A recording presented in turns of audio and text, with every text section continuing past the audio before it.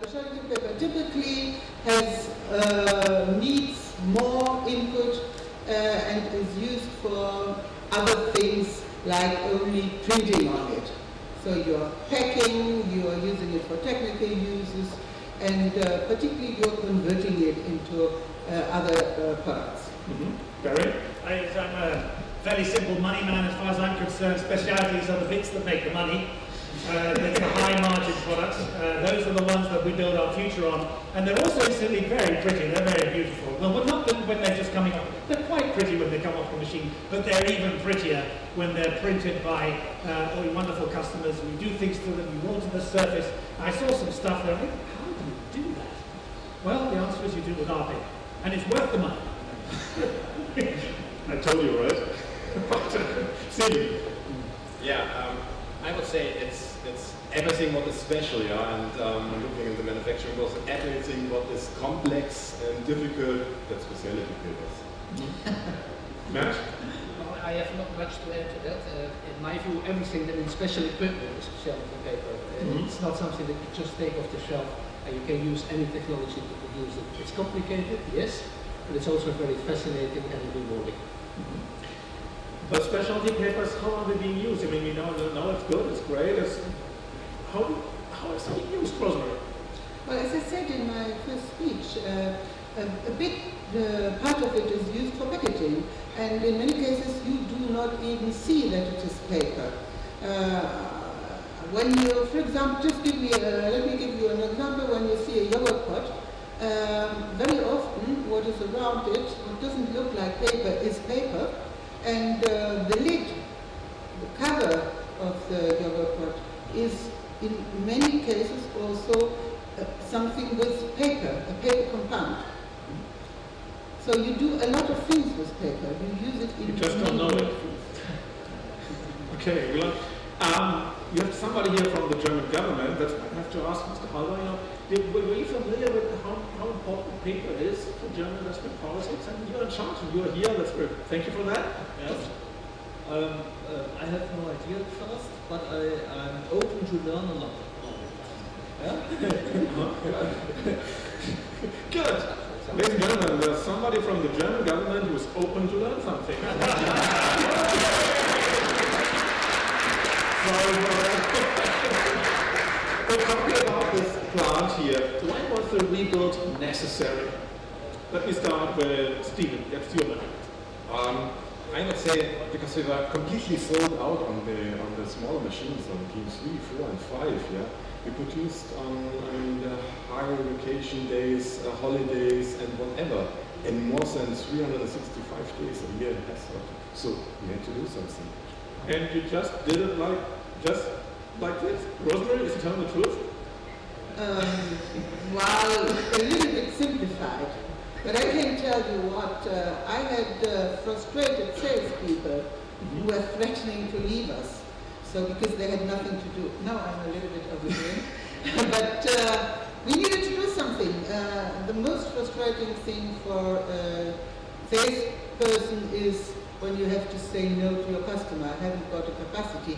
And what is even more important, I was starting to fear that the good salespeople which we have forget to know how to sell. So it was necessary. Barry, you are shaking your I had head. frustration on my left, and I had frustration on my right, and I had frustration with the smiling Dutchman over there who runs the graphics business, and he was frustrated too, because we had, on the one side, people totally sold out, and on the other side, on the graphics front, we have a bit of a declining market. It's a bit more difficult. So, for some years, we've been trying to see, well, how can we solve this problem? And, Rosemary kept on coming up and saying, my people need to sell, they need to have more capacity to sell. And then she would come up with a project. Beforehand, before Stefan came along, it was with Michael Hopman, and he always wasn't quite good enough. It just didn't quite do it, until they came with the big one. We're not going to do a little coat or a little curtain coat and we leave that to the Swiss. No, what we do, it takes you a little while, but you get there anyway.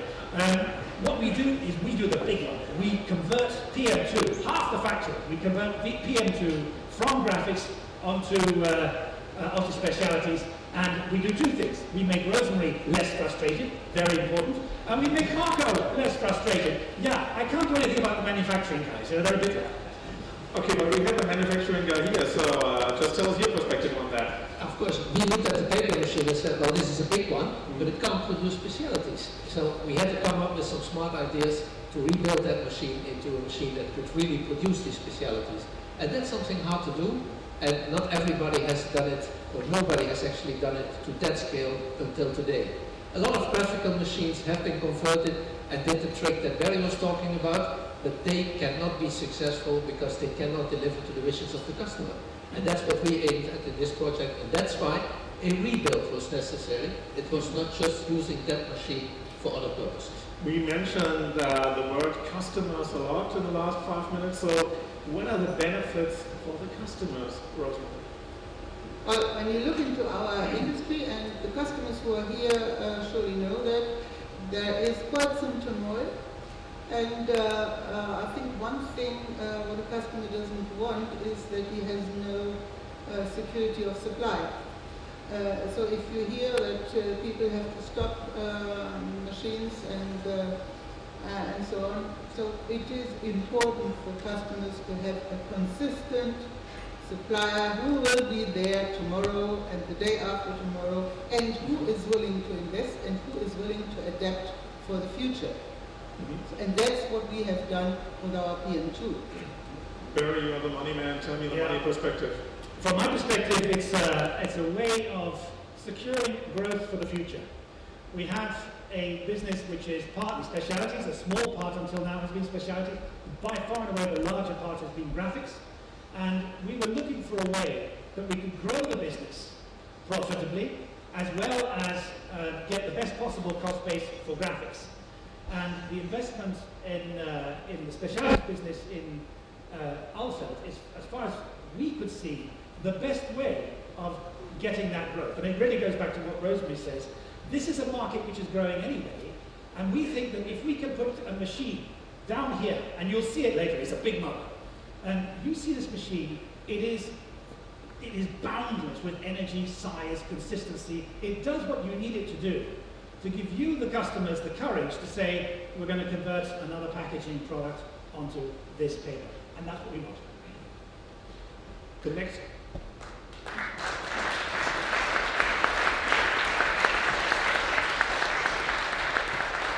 The next question is to all of you guys, and girls, of course, sorry. You know, we are in the 21st century, we're in the age of Facebook, of Google, you know, everybody says, you know, paper, that's from way, way, way back. I mean, how does it influence? Because that's in the area we have to discuss that issue. You know, how does it influence your industry? I mean, you are investing a lot, and some people say, why do they do that? Let me start with you, Steve. Yeah, I see that every morning at breakfast, because my kids, they are not reading any more books or newspapers, yeah, on the traditional way. Did you feel like a father? Yeah, unfortunately they read it on smartphones and the tablets and on the Kindles. And that's everyday present. But the influence of social media on your business, let's discuss that. You first, or Barry, or Rosemary? You try. I've told you often enough the answer, so go on. There is always a role for paper, so we are not that concerned. There is a decline, yes, but there will be a role for paper, and paper is something that has emotions. You can feel it, you can touch it, you get a sensation from it. And by the way, talking about the social media, if I have an iPod and I have a nasty fly here and I try to hit it, what happens? So if you do it with paper, you're successful. If you do it with an iPad, you lose a lot of money. So for that reason, I promote paper as a real continuous improvement. Never thought about that. Steve. I have to tell that to my kids. That's a good one. But in our business, it's of course completely different because the internet helps us. It what? It helps us, supports us. You know why? Tell me, explain that to me, because nobody might not. Have you ever got a parcel from eBay or from Amazon which has not been packed? Right. Which had no packaging? Right. So the more the people are ordering via the internet, the more they need packaging. Protective packaging. I just say a quick word about graphics because, you know, one thing that is true is what eventually remains paper in graphics is there for a very good reason. It's there because you want it. It's there because it does something for you that the internet will not do. And that's why we believe in the graphics business, and also why we're investing in it, because we invest here in Alfeld. We are also investing in our other major mills for the graphics business to make them more competitive, better cost base, better quality, to be real survivors in the graphic business, because that's still, right at the moment, 90% of our business.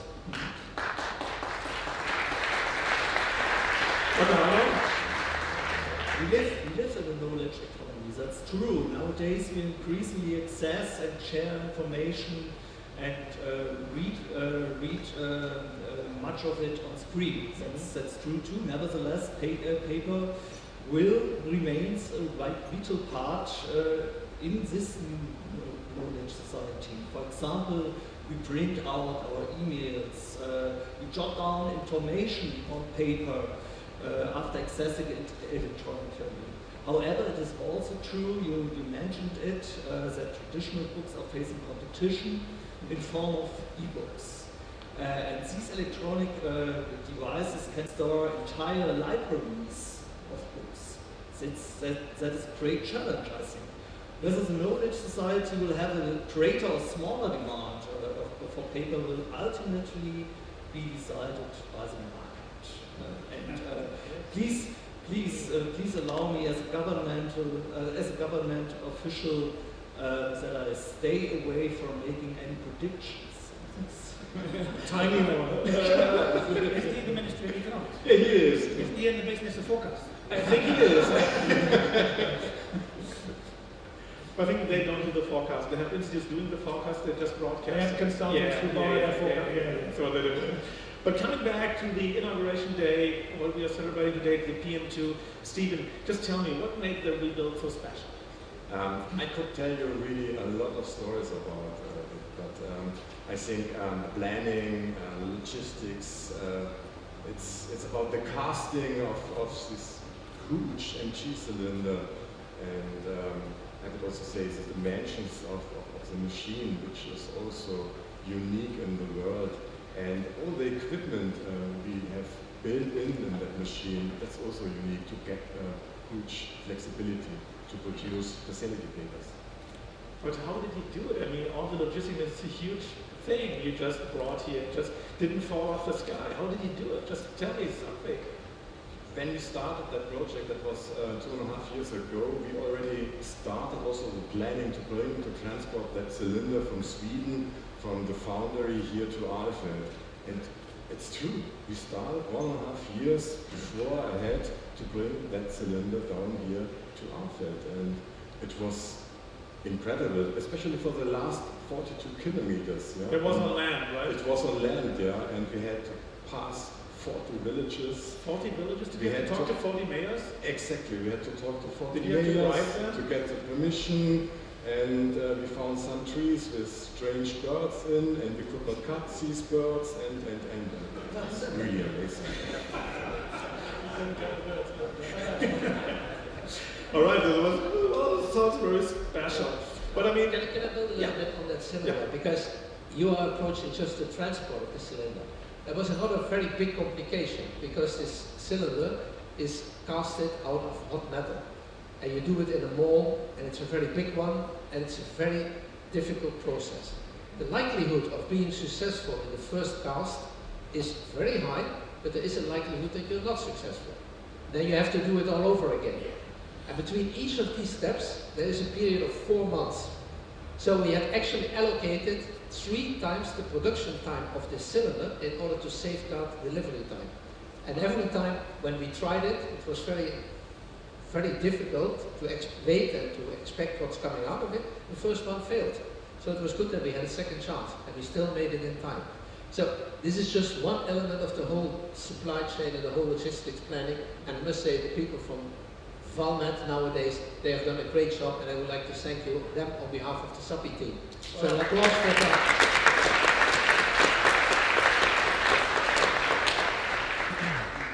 let's come back to the planning. You know, somebody came up, Rosemary was frustrated, she said we need something new. So what happened then? Did you bang some doors, or did you... We made presentations, you know, that's all about presentations. So you're a PowerPoint girl, yeah? First, it's not my favorite, I have to say, but that's what the board is requiring you, and the board is requiring you to forecast. What will happen in 5 years' time? So, you know, we are optimistic people, like all marketing and sales people are, so we forecasted. Yeah, what did you forecast? You said, Barry, give me money, otherwise you are broke, something like that? More or less, and in fact it was quite entertaining because one of these, there were lots of presentations, and you know, Rosemary doesn't stop when she starts. And so at one stage we had this budget, and she was saying, oh, well, I need a bit of 2 million here, and 3 million there, and 5 million over there. Well, and then right at the bottom right-hand corner, it said, I need 100,000 for team building. There was silence in the room. And there was a comment from Mott, you mean hugging? There was more silence. And then Rosemary said, I am not well known for my hugging. It's a true story. Well, then you have to get this approved. You know, I have to go to South Africa. It's all very well. I'm a nice guy. She comes to me and she pesters me. I have to go to South Africa, a big board. Not too many Europeans, lots of South Africans and Americans, and they look at Europe and they sort of say, you know, is this a place we really should be investing when we have opportunities in the US and in South Africa? And so we explained the situation many times, 3 or 4 times, until eventually, after much hesitation and much kind of, do we really want to do this? One of the directors got up and said, this is a no-brainer, you must do it. And the rest, as you know, is just about moving a few trees and a few things. Well, there was a little bit much more to it, just moving Go trees and ahead. villages. It was a planning process of hundreds of people. The T&E people of Sappi, the mill people, the production people, the suppliers, tedious planning, and airplanes full of parts that had to be flown in order to get this machine into a different shape. And you will see it today. It has a very, very nice set of equipment which enables us to do everything that we want to do and that we need to do for you. Steve?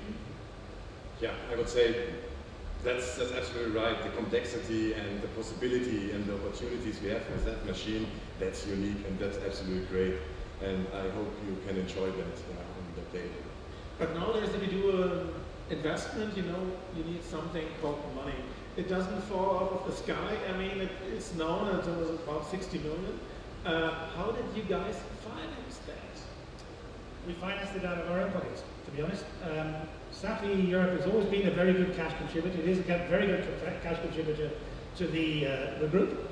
And we have been major contributors to the other major investments that Ralph was talking about. And in fact, we have been the main contributor to those investments. And then finally it was our turn. And now it is our turn. So the machine is standing and we have paid for it out of our own cash flow. We did not have to Just go to any be banks. clear, because somebody else doesn't know what a cash flow is. You don't like banks, you didn't go to a bank, you didn't take a loan, you just paid it. We paid it. 60 million. Yes. Yes. Had to earn it first. Is that a model for other German newspapers?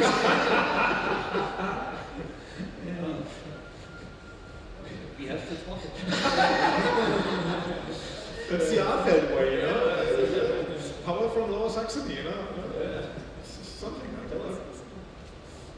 Okay, but looking a little bit further, what's the KP roadmap for 2015? I mean, how does it influence all that the future industry, the paper production? Matt? It has a big influence. It's first of all a European-wide topic. Sappi is a European representative of the paper industry, and they have been writing on a report and have done some studies to identify what does the paper industry look like in 2050. So far, far ahead. And the basic idea is less emissions and better value-adding activities and less impact on the environment. But it's a significant target. It's very huge. So all of us have to work towards that direction, and all investments need to be placed in that future context. It requires that customers, suppliers, operators of paper mills, every new investment has to be aligned with this report and with this vision. And there is very much to say about it. It's about how the European funding is used, how the R&D funding is used. And maybe, Barry, you're better placed because you're much closer to Sappi to tell a little bit more of the political lobbying. It was very good. We went to see Commissioner Hedegaard. She's in charge of DG Climate. And when we went to see her, it was in 2010. I went with a delegation of other CEOs. You know, CEOs sometimes talk to each other, a bit dysfunctional, but in this case, they did. We went to see Commissioner Hedegaard, and we said, we come with a good idea. We come with an idea that gets you what you want, but it enables us to survive. Because one of the big problems we had beforehand was there were lots of targets going on. You must reduce your energy consumption, your emissions by 20%, by 40%, by 2050 by 80%. The trouble is, we didn't know how to do it. And in addition, just to help us, to convince us that we needed to do it, we'll charge you a lot of ETS tax if you don't. So this is kind of challenging. So we went to see her and said, look, if we can find a way whereby we get revolutionary technology, because we don't know how to do this emission reduction. We do want the same as you, because we have children too, you know? And we need to make sure that the environment is good. But we also need to survive. We need to be able to keep the industry in Europe. We don't want to see it going away to faraway countries and just have unemployment here. We need to survive. We need to do it. So we said we put together 2 teams. Those 2 teams worked in competition with each other to find radical new technology which would enable 80% reduction in emissions and a 50% increase in the value added for the business, for the industry. And after a year, they did it. And what they have found is really radical. It hit national papers. It was a big article in The Economist. I saw in the financial papers lots of coverage because it was truly exceptional on 2 fronts. First of all, totally radical, totally new, and inspired by a need for getting an environmental performance was really great. Then we went back to the Commission and we said, now, we have lab-scale plans. We know it's really radical. Nobody's done this before. We need to finance that through the so-called valley of death. The valley of death is between the lab and the demonstration plant. Because then you spend money, you get no return, you just spend money, and it takes years. Now just imagine, a paper machine has a certain life expectancy, and the generation of paper machines between now and 2050 is no more than 2 generations. So we know that if we're going to get this done by 2050, we have to have a proven technology in the next 10 years.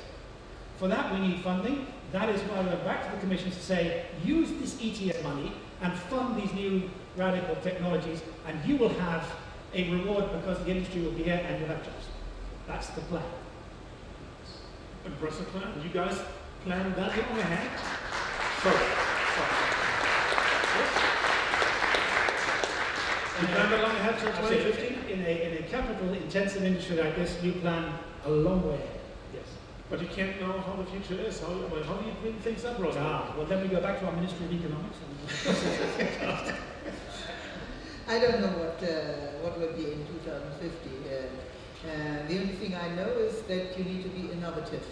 And with your products, with your procedures, you need to challenge yourself every day and adapt to what is changing and drive the change in the world. The good change, of course. So there are like trends in the industry that you have to watch and jump on or create it? Trends in the industry? Well, when I'm talking about trends in the industry, of course, I'm talking about our customers, the brand owners and so on. Yes, there is for sure the sustainability trend. Everybody realizes that sustainability is a very big issue, and that is playing in our favor. We are thinking about revolutionary solutions for the future. Like you understand I can't reveal it right now, but I can assure you I just have some friends here. We are working a lot of, maybe I have to say one further thing. When you have full capacity and you can't do anything else, you are also coming down in innovation. That's a big threat because you don't have time on a machine to make trials and so on, and you become in a very comfortable you're in a very comfortable zone. When you have to fill in your machine, when you have all the possibilities, and we have 5 machines, which is different, each has special features, that enables you to be innovative, and that is also driving you. We have never had so many ideas for new products in the past as we have in this one business year. Our business year started half a year ago, but so we are, you see also that the people are continuing to have new ideas, and that's what is the requisite for the future, for a bright future. Are there like trends in paper development, Stephen? Looking from the point of manufacturing, yes, there are a lot of trends. It starts with energy, that's one topic, but it's also about the climate protection, which we know that will be a challenge for the future. It's also about the trends, about the availability of resources we will have in the future, and which can be a huge issue. It's also about the importance of recycling our products, and how to use in our processes the raw materials in a very efficient way. And I think there is still some revolution, adaptation and evolution possible and also necessary. Mm-hmm.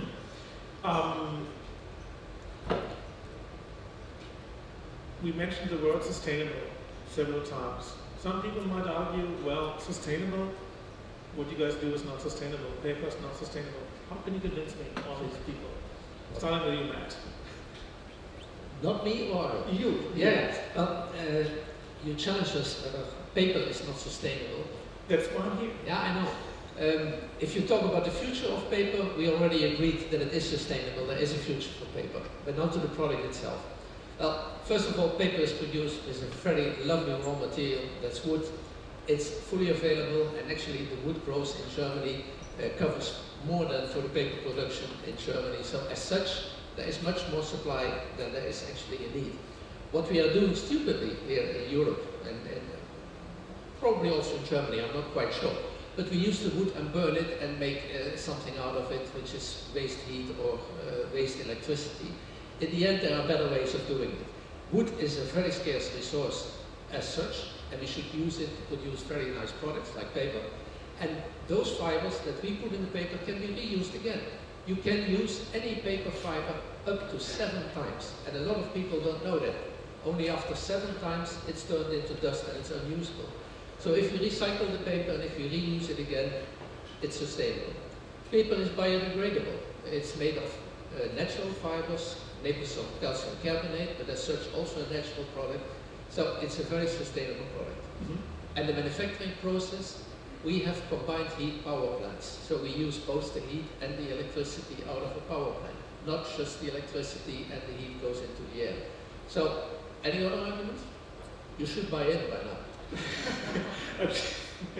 You feel like are you a member of the Green Party the way you talk? No. We are industry people, and we love our product, and we love to keep on producing it, and we would like to show that we do it in a very responsible way.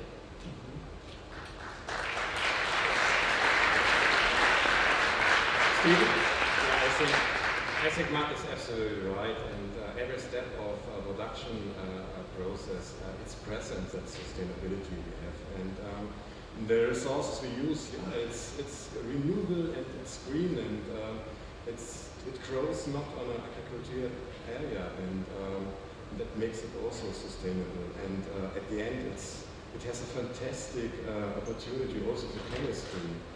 And don't forget also about the environmental performance, which is also sustainability, about energy production, but also about wastewater treatment and these things.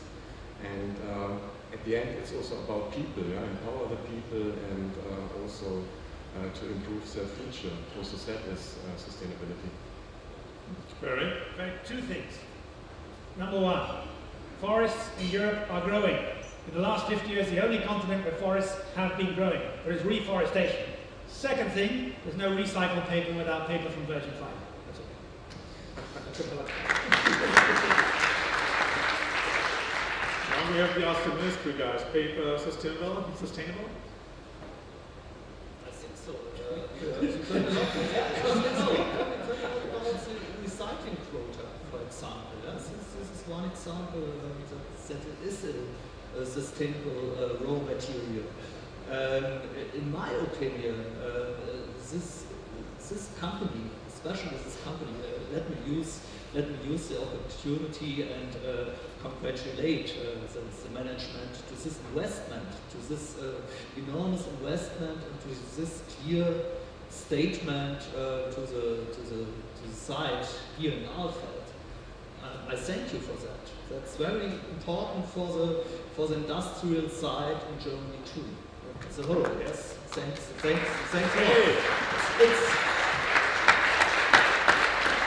He's the government, thank you.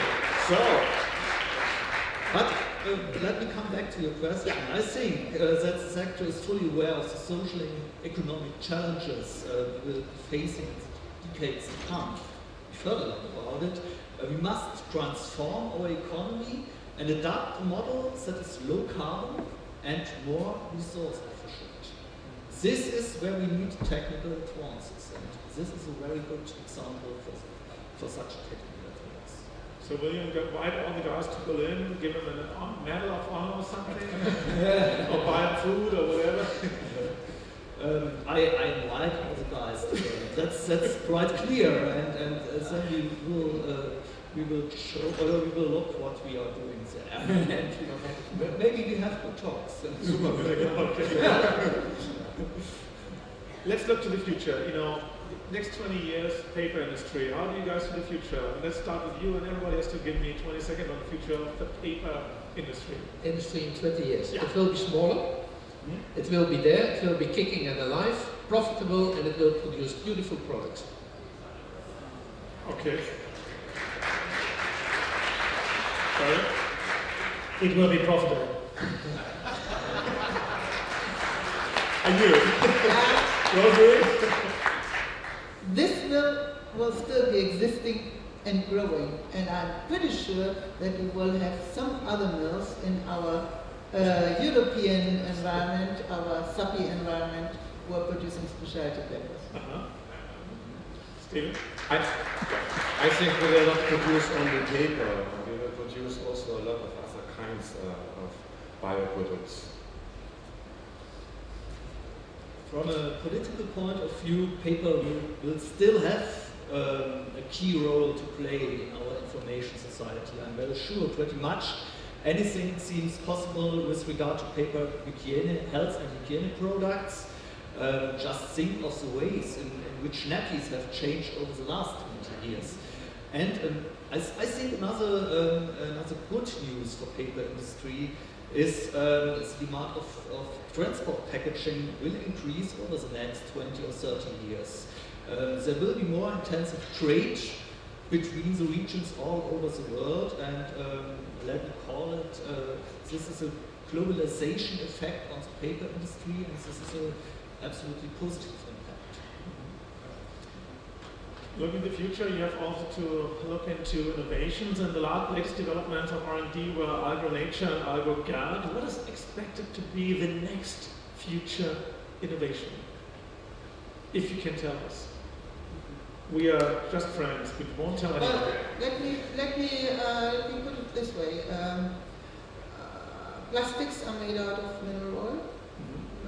Most plastics. There are also nowadays plastics who are made out of other resources, namely food. That's not a good way. So you should not use food, mice and other things to make plastics out of it.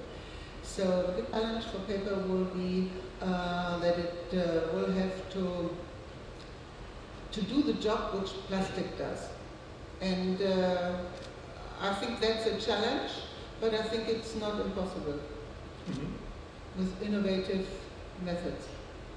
Anyone want to add to that? I would like to add to that we have collaborations between large chemical suppliers and suppliers of other raw materials with which we discuss and evaluate alternatives and new products. I mean, it's still vague and it's still not very tangible for you, and I'm not telling you it will look like this, but neither will Apple tell you what the next iPhone will look like. Oh, they did. So They did. Yes. Congratulations. So do like they do. Okay, good, I got it. But taking a little bit of a broader view, what challenges do companies face to be successful in the future regarding the changes of company culture and motivation? We do have the Generation Y. Everything changed not like it was in the old days. So how do you deal with all these changes, Barry? More than anything else, you have to get all the ideas from all your employees to work. It's very much a question nowadays that it used to be the case, traditional management has ideas, management has answers, and everybody else carries that out. Those days are past. It's now very much a question that you have to access the knowledge of all your employees, because all of them, in one way or another, are able to contribute either to innovation or to take cost out. And those are the two biggest things that are going to help the paper industry. So we've started a big program down that line called the Sappi Performance Engine. And the idea is very much based on how do you get more out of your people in terms of their intelligent contribution to the whole. Anybody want to add to that? Matt? Well, it's a very challenging job because you really want to involve the operator at the machine floor, because if he does his work every day a little bit better, multiply that by 6,000 people that we have in the company, and we do these things every day 6,000 times better. And if every employee saves €1 a day, that's again 6,000 euros a day times 365, the pure numbers add up. So we need to use the whole force of our organization and not just management. Management can't do it alone. That's one of the future trends. We have to talk some politics because we have somebody here from the German Ministry of Economics. There's a new word in the English language. They have rucksacks, they have kindergarten, and now they have the new thing called Umlage. It's called EEG Umlage. It's really an English word, so let's talk about the EEG Umlage. And you guys did it, so EEG Umlage will affect the paper industry as well. And I know if you have to talk about politics, you can't do that in English due to some reason for legal things. So I will give you the permission to talk in German language. Vielen Dank dafür. Ich würde ganz gerne, ich habe ja auch einen offiziellen englischen Text, das sage ich gleich, da steht aber nichts drin. Und deshalb würde ich ganz gerne aus dem Nähkästchen plaudern an der Stelle, weil mich das Thema in der Tat in den letzten Wochen sehr umgetrieben hat. Ich spare mir an der Stelle nochmal darauf hinzuweisen, dass wir das, was die Europäische Kommission dort macht, eigentlich nicht verstehen, weil es keine Beihilfefrage ist aus unserer Sicht, sondern es ist die Reduzierung einer Sonderlast, die deutsche energieintensive Unternehmen insbesondere, wie zum Beispiel Ihres, zu tragen hat. Deshalb haben wir auch eine Klage eingereicht, um allein unsere Rechte zu wahren an der Stelle. Nichtsdestotrotz müssen wir uns mit der Kommission einigen, um das EEG-Regime und die EEG-Umlage für das nächste Jahr, für die nächsten Jahre zu sichern, ansonsten wären wir lahmgelegt. Das ist der Punkt, weshalb wir uns politisch einigen müssen mit der Kommission. Punkt 1. Wir haben eine lange Wegstrecke hinter uns. Sie wissen das, es gab eine Vorstellung der Kommission, dass wir eine Sektorenliste einführen sollen, die 3, 4 Sektoren umfassen. Mittlerweile haben wir eine Liste mit 65 Sektoren, das ist auch allgemein bekannt. Das steht ja auch schon in den Leitlinienentwürfen drin, 65 Sektoren. Und die gute Nachricht ist, die Papierindustrie ist drin. Punkt 2. Das heißt, die Papierindustrie kann auch in Zukunft von der besonderen Ausgleichsregelung profitieren. Punkt 3 ist, dort steht ja noch mehr in den Leitlinien drin. Es sind spezielle Caps eingeführt worden. Das heißt, je nach Stromverbrauch müssen Sie 5% bezogen der EEG-Umlage oder der EEG-Kosten bezogen auf die Bruttowertschöpfung tragen, beziehungsweise wenn sie besonders energieintensiv sind, 2,5%. Das würde am Ende dazu führen, dass einige Unternehmen, ich kenne nicht genau Ihre Zahlen, aber dass einige Unternehmen im Vergleich zu heute eine Belastung tragen müssten, die 10-mal, 15-mal, 20-mal so hoch wäre wie heute. Das ist nicht darstellbar in diesem harten internationalen Wettbewerb. Ich glaube, Herr Karl, der hatte mir vorhin erklärt, dass heute das, was wir an Energiekosten haben, im Prinzip den Gewinn in anderen Ländern ausmacht. so ähnlich. Ja? Also jedenfalls, es ist nicht darstellbar, weil die Margen der energieintensiven Industrie in Deutschland, auch der Papierindustrie, die sind extrem gering. Also da können Sie so was von Banken früher mal gehört haben, 25% oder ähnliches, das können Sie vergessen, das ist im unteren einstelligen Prozentbereich an Margen. Insofern müssen wir hier ran und deshalb haben wir auch intensiv mit der Kommission weiterverhandelt. Wir sind ziemlich im Endstadium. Die Kommission ist hartnäckig, aber wir glauben, dass wir trotzdem eine gute Lösung hinbekommen. Diese wird möglicherweise nicht so aussehen, dass wir den CAPS nochmal reduzieren, sondern dass wir vielleicht eine absolute Größe einführen, die eine Belastungsobergrenze darstellt. Das ist im Moment in der Diskussion. Dazu gibt es heute auch noch ein Gespräch von Minister Gabriel mit Kommissar Almunia. Wir werden jedenfalls nicht zulassen, um das ganz klar zu sagen, dass die energieintensive Industrie in Deutschland wettbewerbsfähig ist, und da werden wir alles für tun. Es gibt einen zweiten Punkt, der Sie, glaube ich, auch interessiert an der Stelle. Das ist das Thema Eigenstromerzeugung bzw. Eigenverbrauch von Strom. Da kann ich Ihnen sagen, das stand auch schon in der Zeitung, insofern überrascht Sie das nicht. Wir haben jetzt einen echten Bestandsschutz, einen echten Vertrauensschutz vereinbart. Das steht fest, jede Anlage, die verbaut worden ist, wird auch in Zukunft keine EEG-Umlage tragen müssen. Hinzu kommt, wir haben eine Modernisierungs- und Erneuerungsinvestitionsschutz mit eingeführt. Das heißt, wenn Sie Ihre Anlagen modernisieren oder ersetzen wollen, auch dann wird das umlagenfrei sein, sodass in der industriellen Produktion alle Umlagen, die heute im Betrieb sind, auch zukünftig umlagenfrei bleiben werden, plus die Ersatzinvestitionen. Ein bisschen, sage ich ganz offen, wir sind ja unter uns, behaken wir uns jetzt noch intern, wie sieht es denn mit der Frage aus, wenn eine Anlage genehmigt ist, aber noch nicht errichtet ist, genießt die dann Vertrauensschutz, ja oder nein? Da gibt es unterschiedliche Auffassungen. Ich als Leiter der industriepolitischen Abteilung meines Hauses habe die Auffassung, dass ich auch dann Vertrauensschutz genießen müsste, aber das wird unterschiedlich gesehen. Daneben wird es möglicherweise eine Regelung geben, die für zukünftige Anlagen entsprechend der Regelung der besonderen Ausgleichsregelung gestaltet werden wird, so dass zukünftige Anlagen weitgehend auch umlagenfrei sein werden. Dann gibt es eine weitere Abstufung. Industrielle Anlagen werden wahrscheinlich mit einem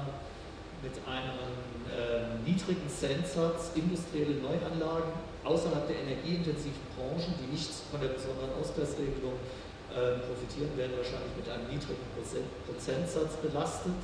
Und als letztes Neuanlagen aus dem eher gewerblichen oder privaten Bereich, die werden in etwa so erfasst, wie es die Meseberg-Beschlüsse damals auch hergegeben haben. Aber ich glaube, insgesamt sind wir für die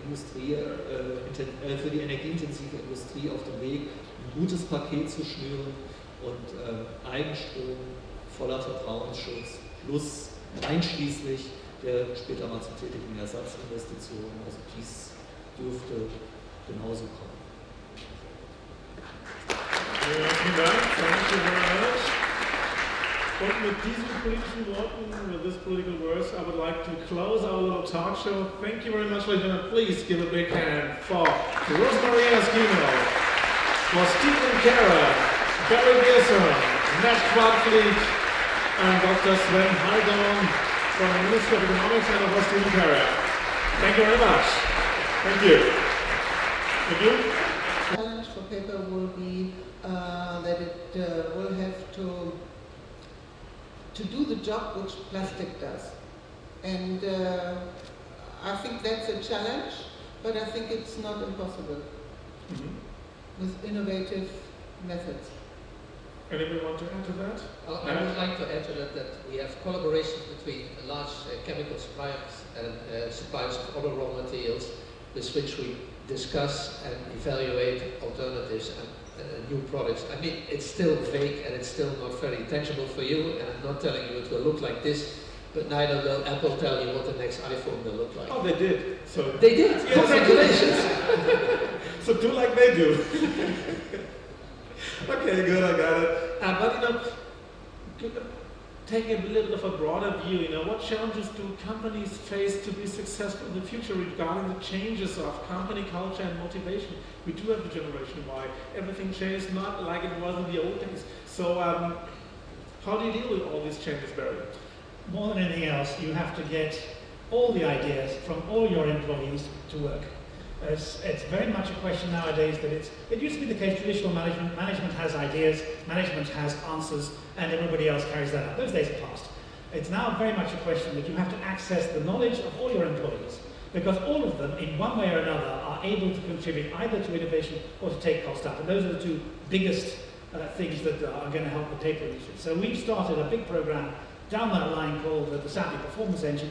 And the idea is very much based on how do you get more out of your people in terms of their intelligent contribution to the whole. Mm-hmm. Anyone wants to add to that?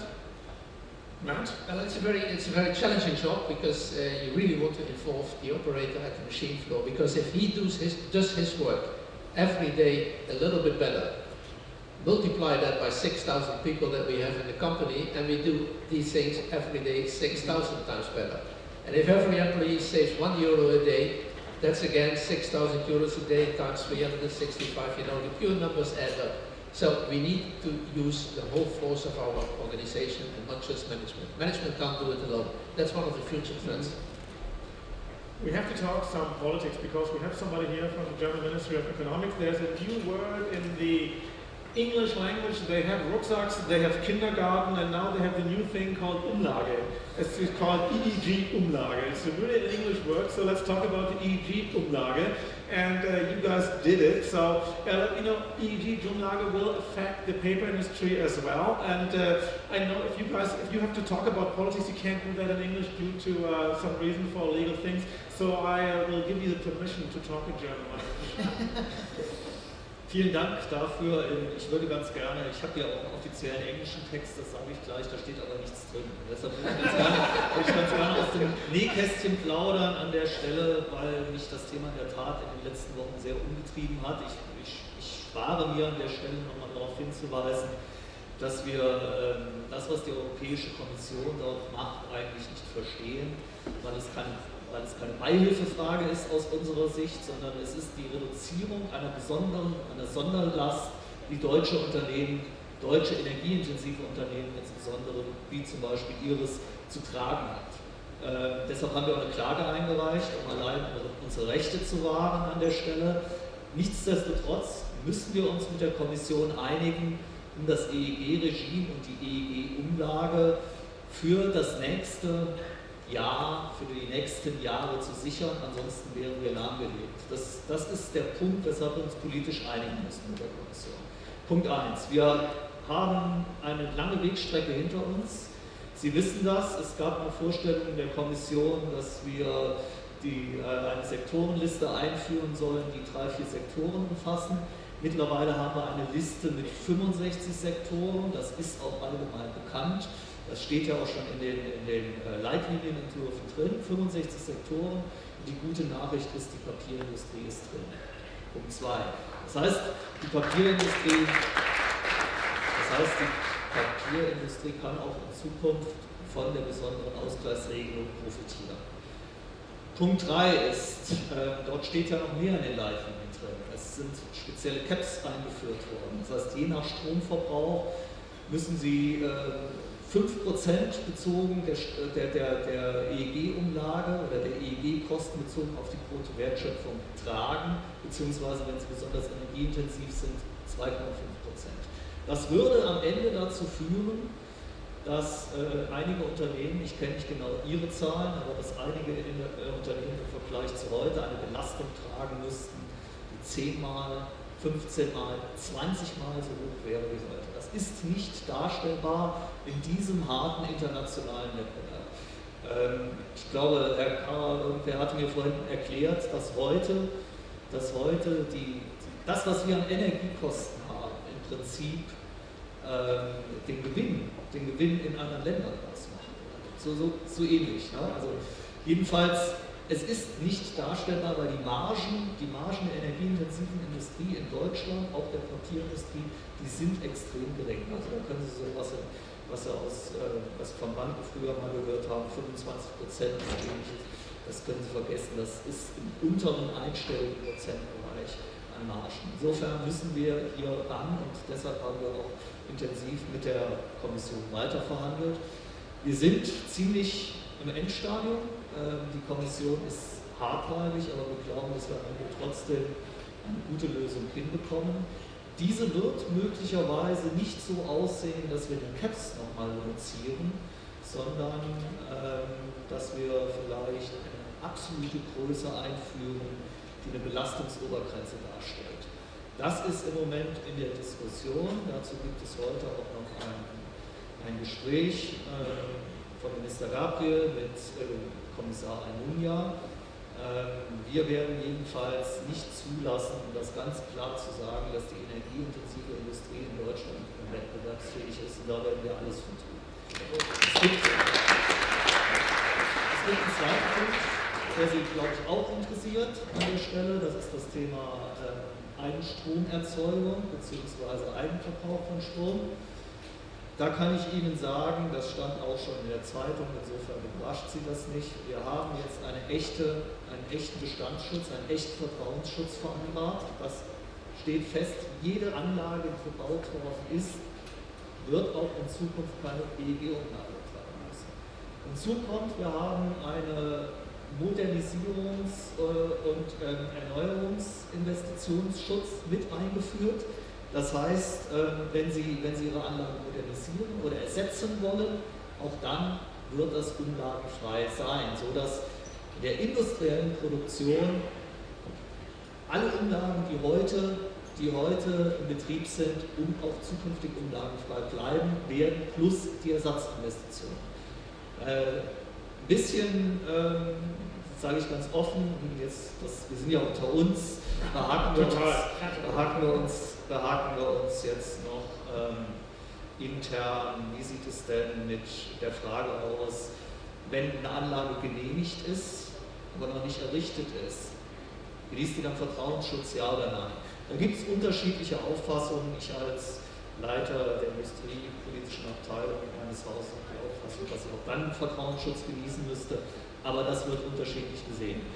Daneben wird es möglicherweise eine Regelung geben, die für zukünftige Anlagen entsprechend der Regelung der besonderen Ausgleichsregelung gestaltet werden wird, so dass zukünftige Anlagen weitgehend auch umlagenfrei sein werden. Dann gibt es eine weitere Abstufung. Industrielle Anlagen werden wahrscheinlich mit einem niedrigen Zentsatz, industrielle Neuanlagen außerhalb der energieintensiven Branchen, die nicht von der besonderen Ausgleichsregelung profitieren, werden wahrscheinlich mit einem niedrigen Prozentsatz belastet.